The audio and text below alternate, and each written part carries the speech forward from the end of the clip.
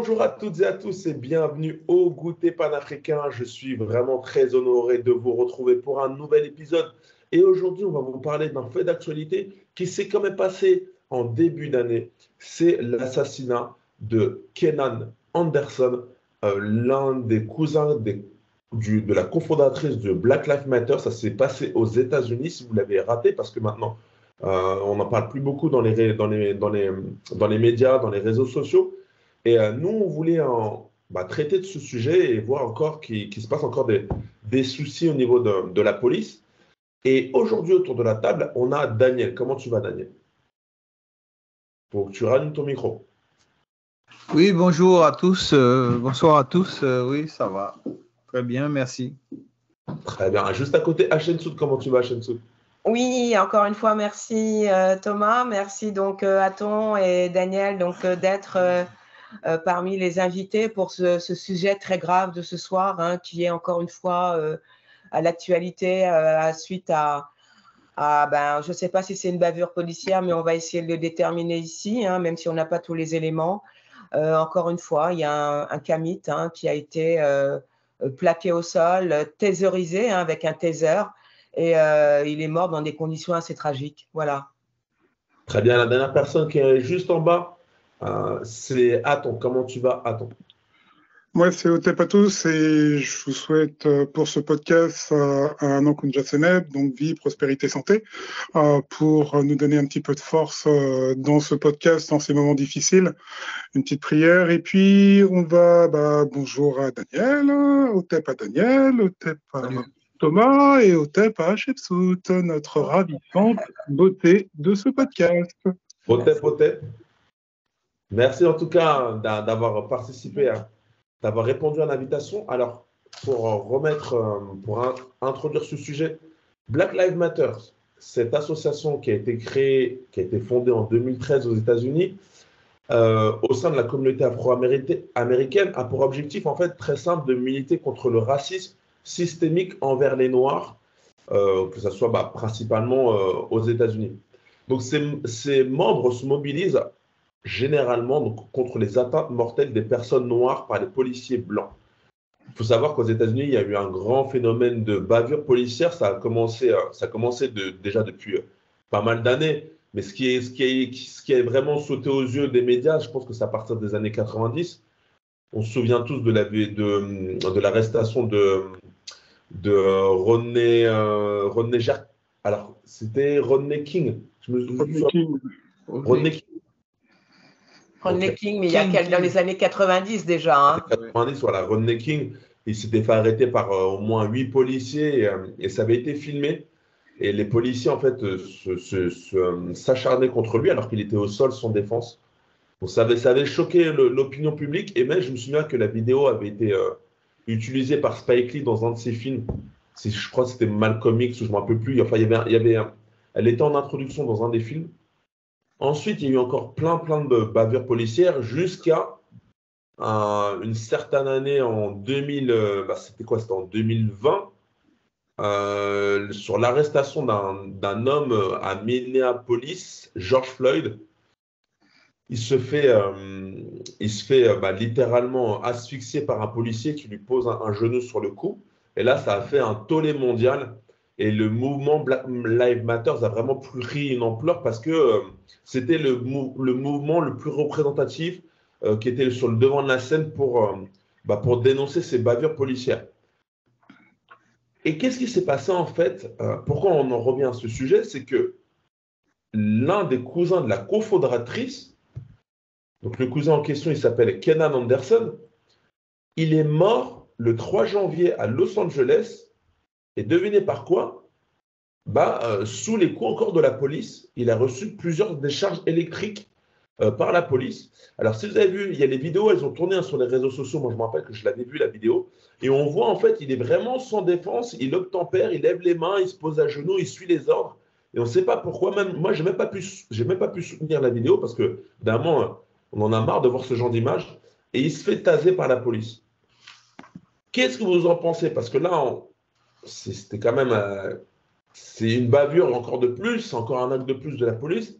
Je veux déjà avoir vos avis, les membres de l'équipe, sur ça. Daniel, ensuite Hachem Sud, et on va terminer par Aton. C'est une continuité. Hein. Aux États-Unis, bon, il faut savoir que il faut remonter dans l'histoire des États-Unis.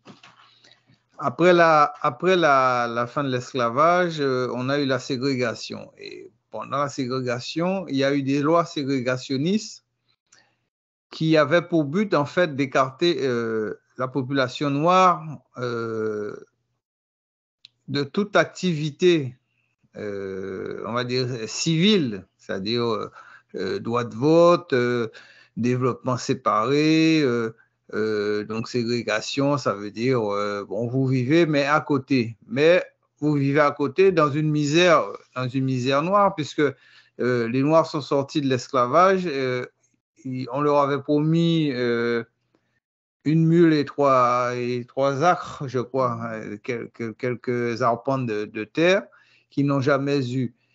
Et de la foulée, on a créé des lois qui les maintenaient à l'écart, c'est-à-dire qu'ils n'avaient ni pouvoir, qui pouvaient survivre de leur côté, puisqu'on les avait mis à côté, et qui n'avaient pas de droits civiques, en fait. Ils pouvaient pas. C'était tellement vicieux qu'il y a ce qu'on appelle la clause du grand-père, c'est-à-dire il aurait fallu qu'il y ait eu un grand-père qui ait eu le droit civique pour voter, qui vous permette, vous, ses descendants, de pouvoir voter. Donc, les résidus de ces lois-là se font encore sentir. C'est un pays raciste. Il y a pas, bon, on ne va pas tergiverser, penser que parce que les Noirs sont plus ou moins, ils remplissent les prisons, ils sont plus voleurs, plus tueurs, plus ceci, plus cela. Bon, c'est que des. Donc, en fait, ce ne sont que des préjugés qui sont répandus dans la société, qui visent simplement à toujours les tenir à l'écart, puisqu'on sait que ce sont des gens, quand ils s'y mettent, ce sont des gens qui sont très doués en tout. Donc c'est une façon de les mettre de côté, voilà. Alors là, il est une réalité pour les personnes nées après les années 60. Comme toi, tu viens de le dire, je pense que tu étais très très jeune, déjà dans les années 90, mais il y a quand même quelque chose d'assez récurrent.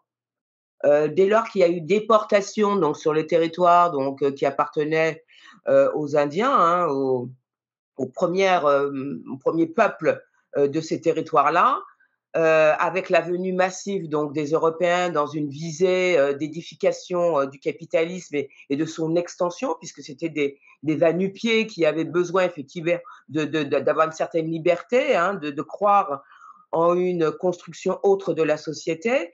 Ils ont mis, c'est ce qui est assez incroyable, avec les anciennes sociétés européennes, un commerce totalement unique. Ce qui veut dire que lorsqu'il s'agit effectivement de défendre leurs intérêts, ils sont tous d'accord pour pouvoir avoir donc des objectifs communs. Donc à partir de là, les peuples qui en ont les plus souffert, ce sont d'abord les Indiens et ensuite les personnes donc du continent. Ce qui est assez étonnant, c'est que lorsque Daniel pose la question de la ségrégation, aujourd'hui, Black Lives Matter, donc les fondatrices, ce sont essentiellement des femmes, ont des identités plurielles, ce sont soit des queers, des femmes au niveau du genre, on ne sait pas exactement si elles sont hommes ou femmes. En plus, elles ont de manière assez incroyable des parcours assez communs. C'est-à-dire qu'elles ont comme objectif donc de traiter les questions de la prison, de l'égalité des sexes, de la reconnaissance des minorités sociales, de l'immigration. Et on voit que la question qui était centrée sur les afrodescendants, sur la question des droits civiques pour ces populations, devient aujourd'hui une revendication plurielle. Alors, il y a une chose que dit effectivement l'une des fondatrices, c'est que, et je reprends et je cite son propos, c'est quand nous disions Black Lives Matter, nous ne disons pas qu'aucune autre vie n'a d'importance. Cela n'a jamais, jamais été notre message. Notre message a toujours été d'un lieu d'amour, l'amour pour notre peuple, un amour même pour notre société et nos frères et sœurs. Alors là, il faut savoir qu'elles ont été attaquées sur le titre même de Black Lives Matter, qui veut dire que toutes les vies des Noirs comptent. Elle a été reprise donc dans le genre toutes les vies comptent, ou bien la vie des policiers compte. Donc ça veut dire qu'on leur dénie même le fait de revendiquer la dignité donc qui soit offerte aux populations mélanodermes. Ça veut dire qu'on essaie d'enliser les revendications de ces populations-là comme étant équivalent, de manière équivalente avec les autres populations minorées que sont les femmes, les transgenres, les homosexuels, les lesbiennes, etc., les personnes détenues. Alors, il faut savoir que dans les prisons américaines, il y a une surreprésentation des populations mélanodermes. Donc, à un moment donné, on va en discuter là tout à l'heure. De quoi s'agit-il? Hatshepsut, la personne qui répond aux questions en posant encore une autre question. En tout cas, merci à toi. Merci. Ton avis? Non. Mais c'est vrai que ça a commencé dur. Moi, je vais revenir sur Ken Anderson et ensuite on expliquera le pourquoi du comment ça s'explique. Moi, je me souviens de ces mots. Les vidéos sont là pour en parler. Ils essaient de me faire pareil qu'à George Floyd. C'est ce qu'il dit avant de mourir sur les faits du taser. Je sais pas si on voit ce que c'est. On meurt sur les faits du taser, c'est-à-dire qu'on est rien du tout parce qu'on est noir aux États-Unis. C'est clair que Ken Anderson, il est mort d'un arrêt cardiaque quelques heures après avoir été arrêté par la police. On est le 3 janvier dernier. Et tasé à 6 reprises. Sa famille et le maire de la ville de la Côte-Ouest demandent tout à fait justice. Donc, mais quelle justice il pourrait y avoir dès qu'on est noir? Il faut vraiment se rendre compte de la puissance de ces choses-là. Et même après George Floyd, je tiens à rassurer tous les Noirs de la planète. Si vous priez, si vous êtes dans quelques religions chrétiennes, musulmanes, si vous êtes dans quelques croyances que ce soit, que je tiens à rassurer tous les Noirs de cette planète, ça s'arrêtera jamais. Soyez-en certains, ça s'arrêtera pas.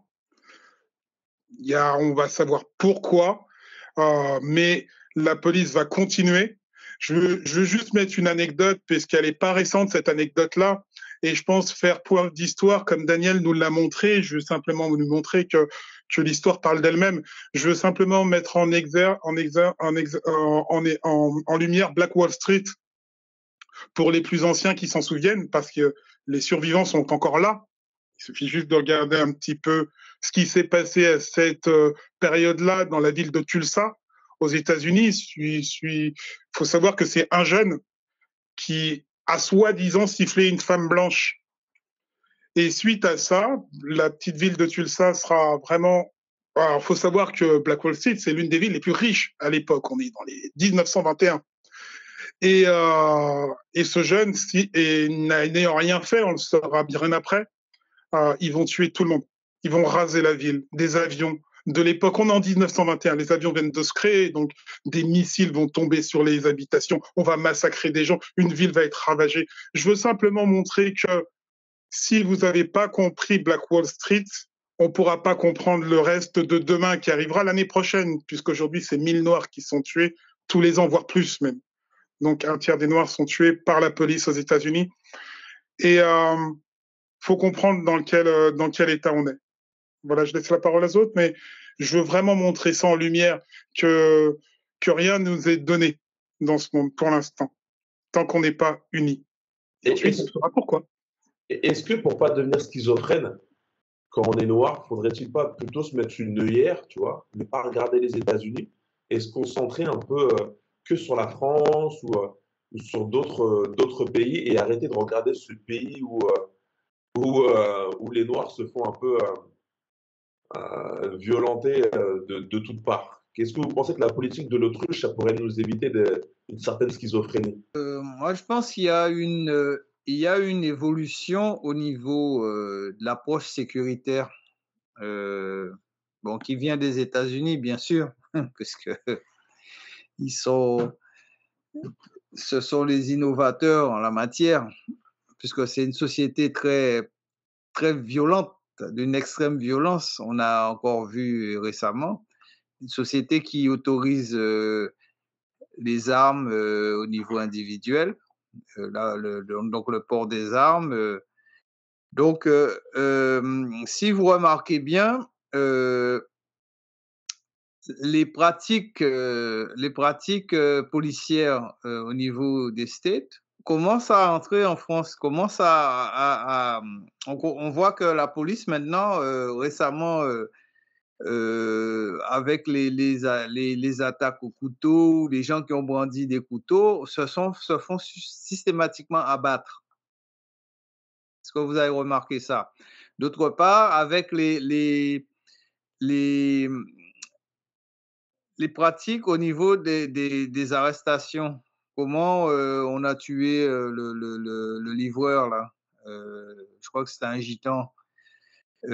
Pareil, on l'a tué, pareil, il est mort par asphyxie. Donc d'autres, le frère de, comment elle s'appelle, Lamina Traoré. Traoré, pareil. Donc ces gens-là sont morts de la même façon. Traoré. Oui, voilà. Donc on voit que ces pratiques-là partent des États-Unis et elles arrivent en France. Donc, je pense qu'il y a au niveau de la politique sécuritaire, il y a une évolution et que maintenant, je pense que la police ne sert plus à protéger les gens, mais au niveau sécuritaire, on sent que maintenant les gens deviennent un problème pour la police. On voit dans les manifs comment ça a évolué, c'est-à-dire que pour l'État, le peuple est un danger. Donc il faut le tenir en respect et tenir en respect tout individu au niveau individuel. Hachem Soud, qu'est-ce que tu en penses? Alors, moi, je voudrais juste revenir sur quelque chose d'assez incroyable, hein. C'est-à-dire que tout à l'heure, on a parlé donc de la permanence. Je voudrais donc repartir donc comment dire, d'une phrase que l'on a coutume de dire, mais pas vraiment en comprenant à quoi ça renvoie. C'est une expression qui signifie l'exception qui confirme la règle. L'exception qui confirme la règle.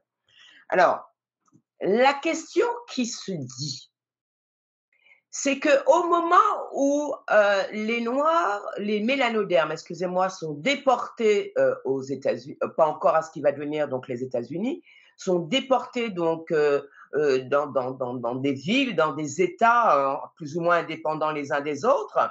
Et ensuite, après, grâce à la Constitution, il va y avoir donc la guerre de sécession, ça va être terrible pour effectivement une sorte de coalition, de coaliser donc les différentes approches de la notion de territoire et de nation. La question c'est le mélanoderme n'est pas libre. Partout où il est, que ce soit dans le nord, même s'il y a la guerre de sécession, ou dans le sud, il reste un esclave. Et la question de l'accès à sa liberté va se poser de manière constitutionnelle et donc de manière légaliste.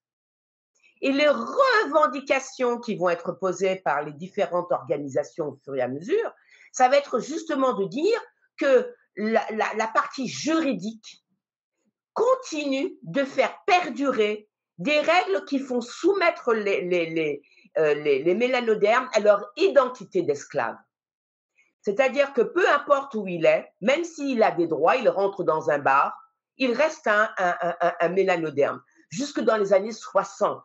C'est-à-dire que le système ségrégationniste, malgré tout ce qu'on aurait pu dire donc, au moment donc, de la fin de la guerre de sécession, avec l'histoire de liberté, prouve que pour les États-Unis et notamment pour les Européens, la question de la liberté du noir est un vrai problème.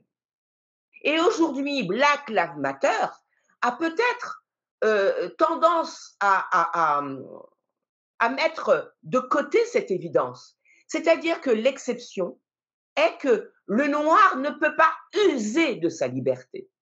Et que l'exception, c'est qu'au moment même où il se met à courir, où il dit « moi j'ai envie de faire autre chose que ce qui m'est normalement, de manière normée par la règle, qui est que je ne suis pas réduit à ma couleur, je veux faire autre chose que ce que je suis », on lui interdit. Et notamment par les bavures policières, c'est complètement démontré. C'est-à-dire que les policiers sont acquittés. Ça veut dire qu'on estime que l'acte du noir est une exception et que justement, la règle, c'est qu'il doit être soumis.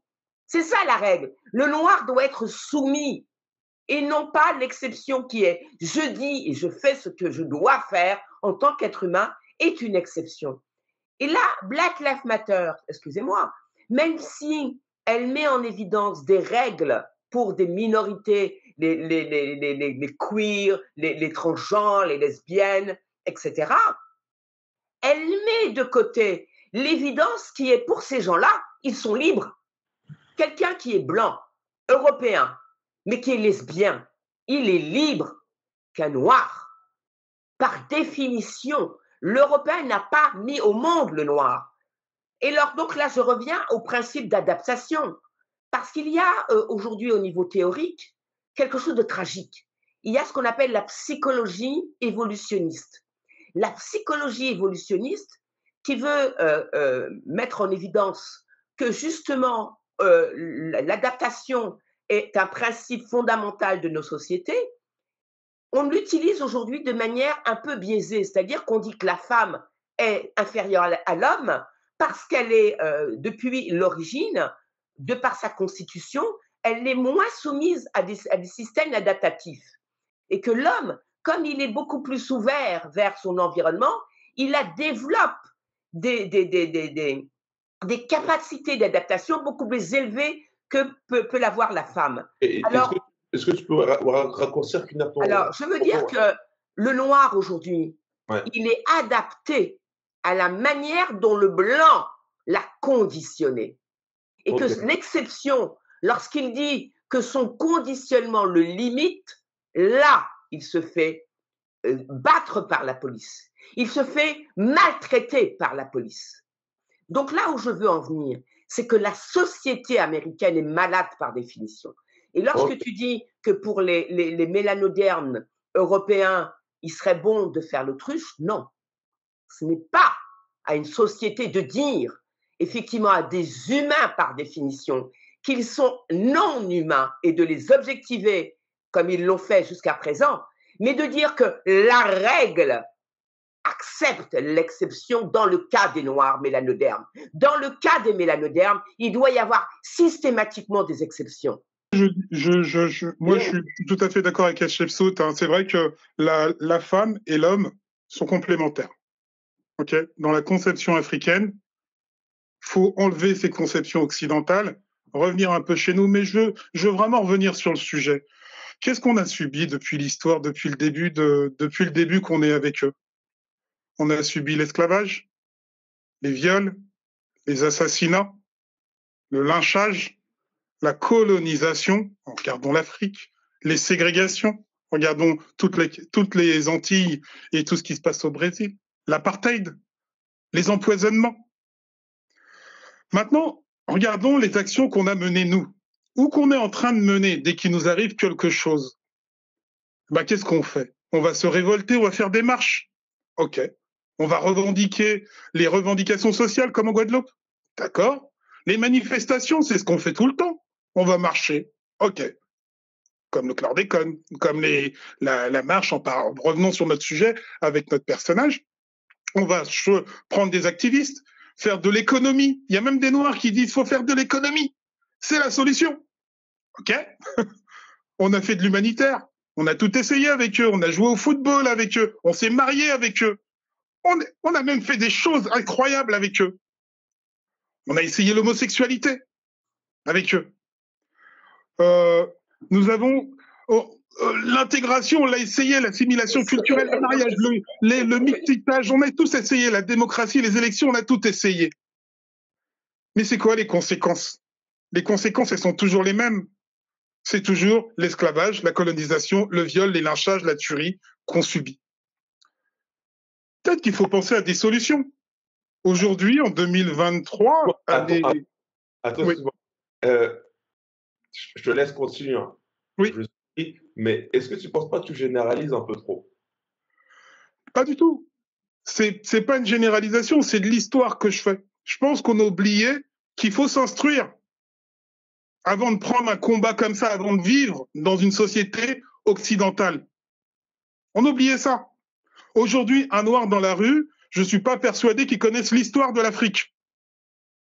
Aujourd'hui, un noir dans la rue, je ne suis pas persuadé qu'il connaît l'histoire de toutes les Antilles. Un noir dans la rue aux États-Unis, je ne suis pas persuadé qu'il connaît l'histoire des États-Unis et dans quelle situation dans laquelle il est. On a oublié qu'il fallait une doctrine pour vivre ici, en Occident. Il faut une doctrine, parce que sans doctrine, on va nulle part. On ne peut pas s'unir ensemble et se dire, OK, on est noir. D'accord, mais noir, ça ne veut rien dire. Il faut une doctrine, faut un alliage. Et on a oublié surtout d'agir. Ils sont où nos commerces? Ils sont où nos Black Wall Street? Il est où aujourd'hui, ici en Occident?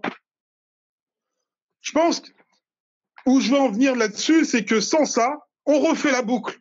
On va se faire encore esclavagiser, on va se faire violer, on va se faire assassiner, on va se faire lyncher. Les États-Unis sont que la locomotive du monde occidental.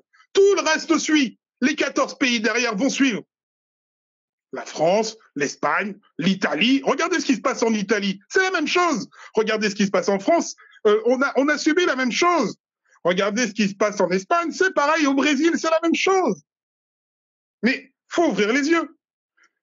Donc la solution, elles sont simples. Une doctrine, s'instruire. J'insiste sur l'instruction, puisque sans connaissance, on va nulle part. Et il faut ensuite agir. C'est les solutions. Une doctrine, ça serait quoi? La doctrine est simple. Déjà, il faut arrêter de se laisser faire. Faire du sport. Se lever, aller au combat. On est dans une guerre. Ils sont en train de nous tuer. Donc déjà, se maintenir, s'alimenter correctement, avoir une unité sociale, connaître la maths, qui veut dire équilibre, réciprocité, vengeance. C'est pas se laisser faire. Définir ce qu'est un kamite, ce qu'est un noir, tout simplement. Il faut que les jeunes soient au courant de ça. Et il faut une philosophie. Il faut une philosophie commune. Qu'on aille dans le même rang. Puisque demain, on va se faire tuer, un après les autres. Ensuite, il faut s'instruire, apprendre de se former. Il faut avoir le temps de se former. Ce n'est pas normal que tous les Noirs fassent les mêmes erreurs. Arrivent dans un pays tel que la France, ne connaissent pas les lois. Les lois de chaque pays doivent être connues. Dès qu'on se fait arrêter par un policier, il y a des comportements à avoir. Dès qu'on se fait, par exemple, l'emploi, qui est un élément alimentaire, il faut avoir des lois, il faut maîtriser ces lois. Il faut des cabinets. Il faut aussi maîtriser tout ce qui est autour de nous. Les gens ne sont pas là pour nous aimer. On doit se faire respecter. Donc, il faut maîtriser notre environnement. C'est important. Je ne pense pas plutôt que c'est un magnifique projet. Peut-être qu'il est, comment dire, peut-être qu'il va se mettre en place, j'en suis sûr que ça va arriver, mais dans quelques années. Est-ce que tu penses que tu n'es pas encore avant-gardiste? Le temps de, comme a dit un peu Daniel, hein, on sort d'une période, il ne faut pas oublier que les Noirs ont été, comme tu l'as dit, esclavagisés, colonisés. Aux États-Unis, comme a dit au début de podcast Daniel, il y a eu un passif. En France aussi, il y a eu un passif avec les Noirs.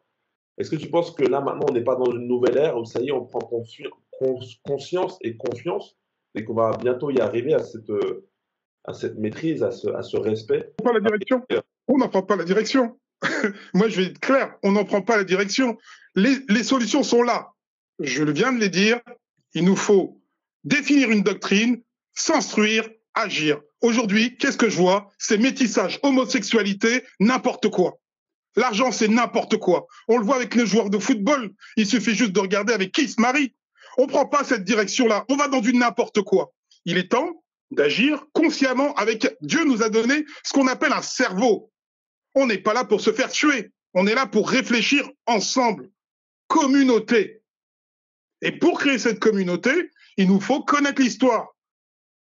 C'est pour ça que j'ai sorti l'exemple de Black Law Street, et c'est pour ça que je veux définir ce que c'est qu'un Kamit aujourd'hui. Il nous faut devenir normal, un peuple.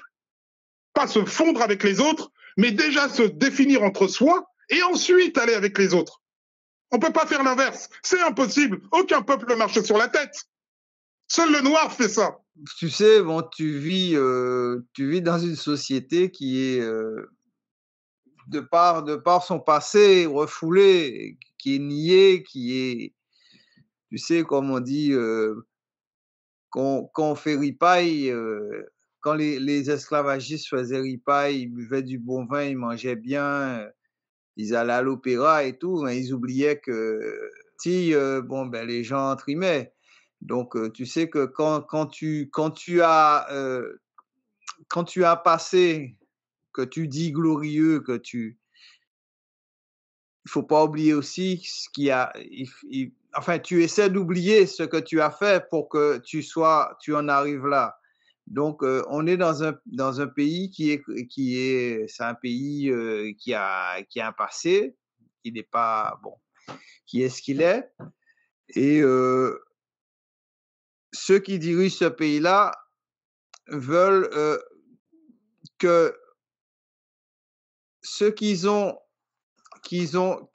été victimes de ce passé puissent rejoindre cette aventure, on va dire, cette aventure un peu folle, et puissent se taire et se fondre et disparaître, en fait. C'est ce qu'on appelle l'assimilation, en fait. Donc, c'est ça qui est promis aux jeunes, à nous, déjà, nos parents, nous, nos enfants, nos petits-enfants. Donc, ils veulent absorber ce passé au travers de ceux qui voudront très bien s'y conformer. Et ceux qui ne voudront pas s'y faire, ben, ils seront combattus. C'est ça le drame. Bon. Après, pour revenir au problème, enfin, au cas de comment il s'appelle, Ken Anderson, c'est ça? L'Amérique, on va voir vers quoi elle va tendre, puisque de toute façon, l'Amérique, ils auront beau faire, c'est un pays qui va changer du point de vue ethnique, puisque il y a donc on va dire ce qu'ils appellent les Sud-Américains. Ils sont pas Sud-Américains, ils sont natifs, c'est leur pays. Donc soit les Mexicains, ils sont chez eux, puisque le Mexique c'est qu'une partie des États-Unis, en fait. Donc c'est qu'une partie du parti qu'ils ont pris à l'Espagne, puisque la Californie appartenait à l'Espagne et Miami et tout ça. Donc ce n'est qu'un tour de l'histoire qui fera que ethniquement, l'Amérique va se transformer. Et il serait bon, je ne serais pas là pour voir ça, mais il serait bon par la suite de voir comment les choses vont tourner, quoi. En fait, est-ce que cette mentalité anglo-saxonne va perdurer, ou alors il y aura finalement une confrontation pour en fait pour que les choses puissent changer du point de vue des mentalités, parce que c'est ces lourdeurs du passé qui ont du mal à nous faire. Alors, à s'atténuer, quoi. Alors, oui, alors moi, ce que j'ai vraiment à dire, hein, c'est toujours par rapport l'identité, à la personnalité spécifique, hein, si on prend ça comme ça, de Black Lives Matter. Bon, confondre effectivement les combats, ça a toujours été un débat dans la société américaine et notamment en France aussi. Hein, on voit effectivement les questions d'égalité aujourd'hui pour les minorités. Ça peut être pour les lois, pour les identités plurielles. Je voudrais dire que la position de la femme se définit dans un contexte culturel et au fur et à mesure, elle se transforme. Elle se transforme parce que la femme et l'homme européen se confrontent à la question du désir de la femme. Hein? Et donc, la question, c'est est-ce qu'il existe un désir spécifiquement féminin? Donc, les psychanalystes, etc., peuvent s'approprier cette question et ils y travaillent depuis longtemps. Par contre, pour l'humain mélanoderme, il y est confronté constamment à ces limites qui sont imposées par la société. Et donc, c'est la question de la liberté véritablement qui se pose.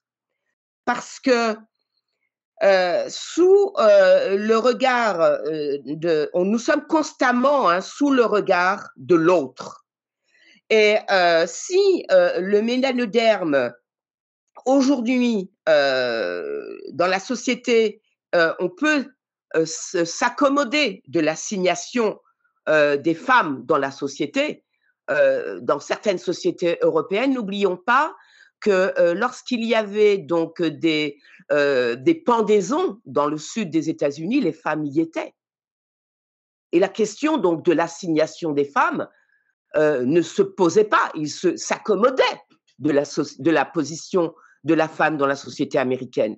Rappelez-vous, on voyait les grandes publicités autour de l'électroménager. Les femmes étaient heureuses d'avoir accès au lave-machine, au lave-linge, etc., pour pouvoir aller justement dans les cérémonies où justement on pendait des noirs. Elle ne se posait pas la question de sa soumission. Par contre, comme je le dis, la question donc du noir, elle est constante par rapport à la question de la liberté. Donc, pour les mélanodermes, nous ne pouvons pas nous accommoder de la position et de notre assignation qui est la nôtre. Nous sommes constamment confrontés à la question de la liberté, contrairement à tous les autres groupes humains qui aujourd'hui revendiquent effectivement leur liberté. Ce n'est pas la même, car à un moment donné, la société européenne s'accommodait de leur assignation, et notamment des femmes et des homosexuels, puisque les sociétés antiques romaines et gréco-romaines étaient par définition homosexuelles. Ok, donc toi, tu voulais faire un topic un peu sur ça, sur l'homosexualité à Shensu. Tu as été focalisé sur ça, tu l'as dit 3 ou 4 fois. Et Aton, si tu as un dernier mot et après Oui, je voulais dire qu'il s'appelait Ken Anderson. Kenan Anderson, ouais. Kenan Anderson, c'est un Afro-Américain, 6 coups de taser. Je répète, 6 coups de taser, ça peut arriver à n'importe qui. Maintenant, je vais simplement rappeler ce que je viens de dire, c'est les conséquences de l'inaction. Si on fait rien, on peut continuer comme ça pendant des générations. Ça peut continuer comme ça longtemps. Ça sera l'esclavage, le viol, les assassinats, le lynchage, la colonisation, la ségrégation, l'apartheid, l'empoisonnement, et vous pouvez continuer comme ça longtemps. Alors, nous obtiendrons jamais justice, ni revanche pour nos ancêtres. Jamais. Si on continue comme ça. Nous serons chassés de nos terres. Ça a déjà commencé en Afrique. Allez-y aux Antilles aujourd'hui. Allez voir, il n'y a que des vieux. Nous serons continuellement méprisés, maltraités et humiliés. Continuons comme ça, voire même tués. Nous serons exterminés. Il y a des peuples qui sont partis de la planète. Demandez aux Indiens d'Amérique. Allez en Océanie. nous ne pourrons plus, nous ne pourrons plus, on ne pourra plus procréer. La procréation sera interdite pour nous. Ce sera stop. Nous allons perdre la mémoire. C'est que ça a déjà commencé. Nous, Noirs, on a déjà perdu nos mémoires. Ça existe. Demandez à n'importe quel Noir dans la rue. Nous n'aurons plus d'ancêtres. Nos ancêtres, on va les oublier. Par le métissage, par du n'importe quoi. On va oublier nos ancêtres. Est-ce qu'ils ont mérité ça? Nous allons finir par disparaître. C'est tout ce qu'on va avoir. Continuons comme ça. Je veux pas être homme de mauvais augure, mais on a la solution. Les solutions sont simples si on veut pas disparaître de cette planète et rapidement, parce que ça va vite. Il faut se créer ce qu'on appelle une famille kémite, c'est-à-dire une famille noire, ensemble consciente. Il faut s'instruire continuellement, lire des livres, s'instruire, comprendre l'histoire. C'est simple, tout existe aujourd'hui, la technologie est là pour nous aider. Il faut contribuer à l'évolution de la famille, une famille ensemble.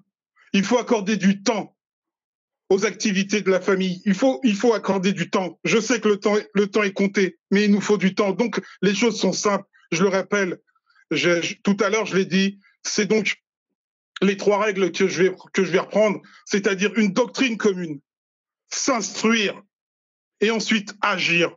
Si on ne fait pas ça, c'est ça qui nous attend. Ok. Alors, merci beaucoup, Aton, pour ces belles paroles. Avec de l'émotion, on a senti.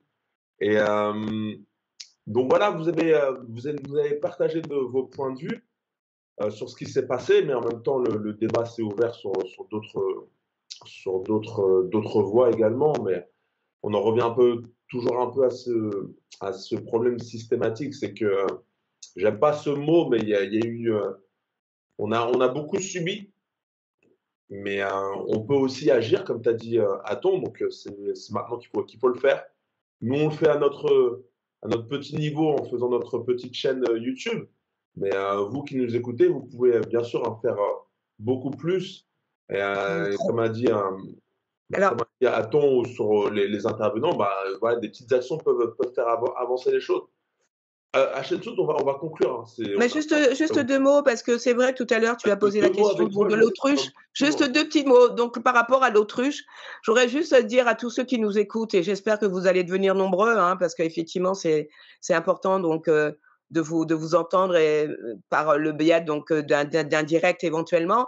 Mais c'est surtout de vous dire qu'il y a eu un renversement de l'ordre. Le temps n'a pas toujours été, nous ne sommes pas forcément en 2023, et qu'à l'époque, effectivement, donc des origines de la culture des Kémites, mélanodermes, puisque effectivement nous sommes à l'origine du monde, le temps n'était pas compté de la même manière, et que nous sommes peut-être, selon le calendrier kémite, en 6000 et quelques, et qu'il y avait un espace civilisationnel qui était espace-temps, qui était essentiellement kémite, donc garder l'espoir. Voilà, exactement. On va finir avec ces mots. Bien que j'aime pas le mot espoir, parce que espérer, des fois, ça ne pousse pas à l'action. Il faudrait plutôt rester dans le réel et rester dans l'action et rester concentré. Je voulais juste dire... vous avez envie de dire toujours un dernier mot. Pour finir, c'est de voir que finalement, on va s'habituer à ce genre de choses. Quand tu regardes quand tu lis les commentaires par rapport à cette vidéo là, où tu vois ce gars se faire tuer, et les gens trouvent ça normal, pas parce qu'il a couru, parce qu'il n'aurait pas dû ceci, mais c'est normal, parce que parce que...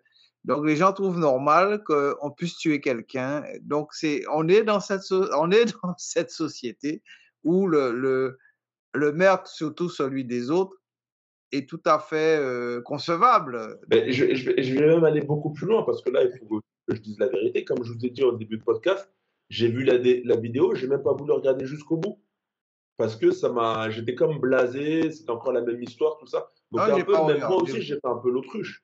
Et je pense qu'on est beaucoup aussi dans ce cas de figure où, au bout d'un moment, on a tellement vu ce genre d'image que ça choque moins, en fait. C'est ça qui est dingue, qui est horrible.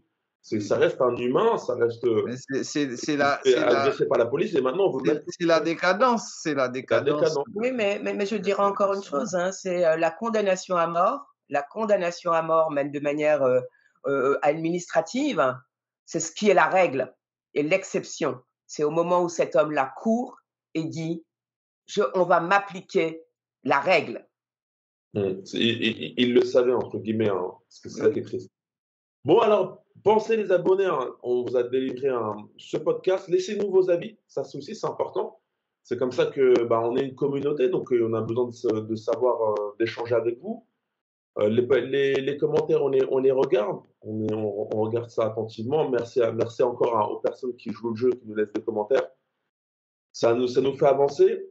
Comme a dit Hachin Sout, là, on projette là, pour 2023 de faire des lives, donc tenez-vous prêts. On regarde encore un peu là comment ça va se passer et après, vous pourrez aussi interagir avec nous. On vous donnera toutes les infos, ça va arriver très prochainement. Pensez aussi à nous laisser des likes sur les vidéos, nous montrer que vous appréciez le podcast en vous abonnant. Et on se retrouve très bientôt pour le prochain contenu. Ça arrive très très vite. Portez-vous bien et Merci. À la prochaine. Merci Thomas, merci à toi. Salut. Merci Daniel, bye bye.